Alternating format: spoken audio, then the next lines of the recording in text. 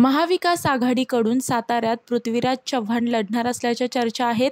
दरम्यान शरद पवार यांनी आदेश दिल्यास साताऱ्यातून निवडणूक लढणार असल्याचं चव्हाण यांनी स्पष्ट केलं आहे. तर प्रकृतीच्या कारणामुळे श्रीनिवास पाटील यांनी निवडणूक लढवण्यास नकार देत माघार घेतली आहे.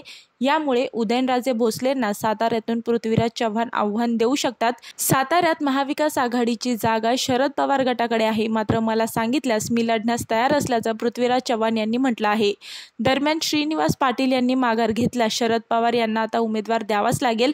त्यामुळे भिवंडीच्या जागी सातारा काँग्रेसला देऊन पृथ्वीराज चव्हाणांसारखा तगडा उमेदवार दिला जाऊ शकतो. एकीकडे पृथ्वीराज चव्हाण यांच्या नावाची चर्चा सुरू असताना भाजपकडून मात्र उदयनराजेंच्या नावावर अद्याप शिक्कामोर्तब झालेला नाहीये. मी वर्षा काटेकर, योद्धा न्यूज, सातारा.